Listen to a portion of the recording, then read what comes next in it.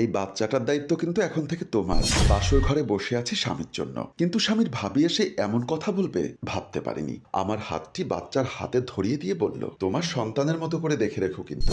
জি, আমার মনে থাকবে। নতুন আম্মুর সাথে থেকো বলে ভাবি চলে যায়। আমি বাচ্চাটাকে কোলে নিয়ে বাচ্চার দিকে তাকিয়ে একটা দীর্ঘশ্বাস ফেলি, আর মনে মনে ভাবলাম আমার একটা ভুলের জন্য আমাকে একটা বিবাহিত পুরুষের সাথে বাবা মা বিয়ে দিয়ে দিল, তাও আবার ছেলেটার একটা সন্তানও আছে। বাবা, তুমি আমার একটা ভুল সহ্য করতে পারলে না? এটার জন্য আমাকে একটা বাচ্চাওয়ালা পুরুষের সাথে বিয়ে দিলে? আমি বাচ্চাটাকে কোলে নিয়ে এসব বিড়বিড় করছিলাম, তখন রুমের দরজা খুলে একটা যুবক ভেতরে প্রবেশ করে খাটের কাছে আসে। আমি তখনই নিচে নেমে এসে বরের দিকে তাকিয়ে মাথা নিচু করে পা ধরে সালাম করলাম। তখনই বিজয় উঁচু গলায় বলল, দেখো মেয়ে, তোমার নাম কি সেটাও আমি জানি না, হয়তো আমার থেকে 4-5 বছরের ছোট হবে। তুমি আমার আবিরের মা হিসাবে এসেছো, আমার ওয়াইফ হিসাবে না। আমি তোমাকে কখনো নিজের অধিকার দিতে পারবো না। আমি একজনকেই ভালোবাসতাম, সে হচ্ছে আবিরের আম্মু। তুমি এখানে নিজের মতো করে থাকতে পারো, চলতে পারো, আমার এতে কোনো সমস্যা নেই। শুধু আমার ছেলেটাকে আগলিয়ে রাখবে, আমার আর কিছু চাই না। তার বিনিময়ে তোমাকে সব দেওয়া হবে। আর রুমে যা হচ্ছে সেটা যেন কখনো বাহিরে প্রকাশ না পায়। মা বাবা যেন ভাবে আমাদের সম্পর্ক আজ 4-5টা মানুষের মতো।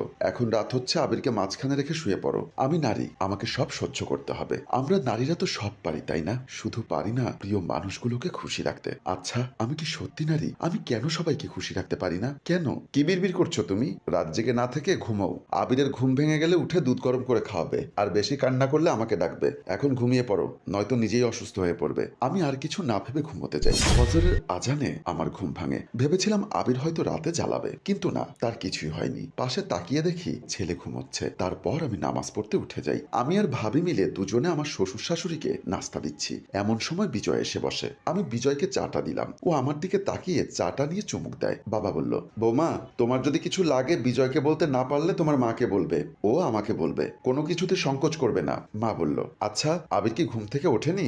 না মা, ও উঠলে ওর জন্য দুধ রাখা আছে। ভাবি বলল, ও মা, এক রাতে এত কিছু জানলে কি করে? না ভাবি, আমি ভোরে উঠে আবিরের দুধ গরম করে রেখেছি। মা বলল, অনেক দোয়া রইল তোমাদের জন্য। বিজয় বলল, বাবা, আমি তাহলে উঠছি, অফিসে লেট হয়ে যাবে। ওকে তাহলে?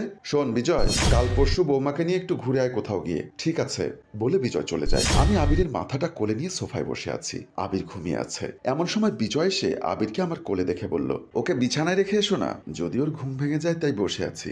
আচ্ছা, আমাকে দাও, আমি রেখে আসি। তুমি এখানে বসো, তোমার সাথে কথা আছে। বিজয় আবিরকে কোলে নিয়ে রুমের দিকে চলে গেল। আমি ভাবছি আমাকে আবার কি বলবে। বিজয় এসে আমার পাশে বসে। আমি বললাম, আমি কি খাবার দিব?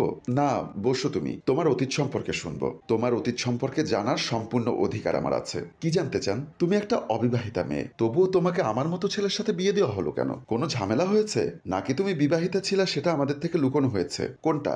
আমি এসব বলতে বাধ্য না। আপনি আমাকে স্ত্রী হিসাবে মানেন না, অথচ আমার অতীত জানতে চাচ্ছেন।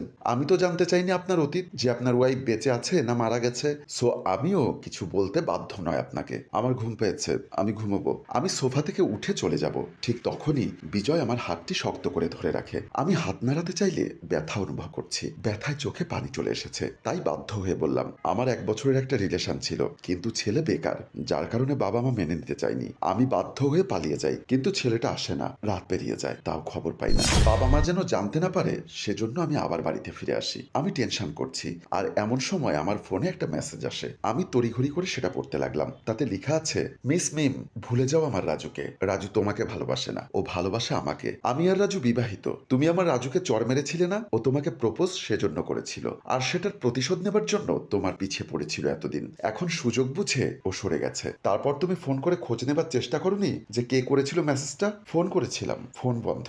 এমন সময় বাবা মা সব জেনে যায়, আর আমাকে বকাবকি করে, যে কারণে আমাকে মেনে নেয়নি, এবং আমাকে বলেছিল আমি কেন ফিরে আসলাম। তারপর আমাকে জোর করে আপনার সাথে বিয়ে দিয়ে দেয়। কথাগুলো বলতে বলতে আমি ফুপিয়ে কেঁদে দেই। বিজয় কিছুক্ষণ তাকিয়ে থেকে দু হাতে আমাকে জড়িয়ে নিয়ে পিঠে হাত বুলিয়ে দেয়। ঠিক তখনই আমার কান্না থেমে যায়। এসো, ঘুমোতে হবে, এত রাত জাগলে সমস্যা হবে। খাবেন না? আজকে আর খাবো না, এই বলে দুজনে রুমের দিকে চলে যায়। রুমে ঢুকে দুজনে বসে শুতে যাবে, তখনই আমার ফোনটি বেজে ওঠে। আমি বিজয়ের দিকে তাকিয়ে আছি। বিজয় বলল, এত রাতে কে ফোন দিল আবার? নাম্বারটা তো চিনছি না, রিসিভ করে দেখো। আমি রিসিভ করে লাউড স্পিকার দিলাম। ওপাশ থেকে বলল, আমি রাজু বলছি।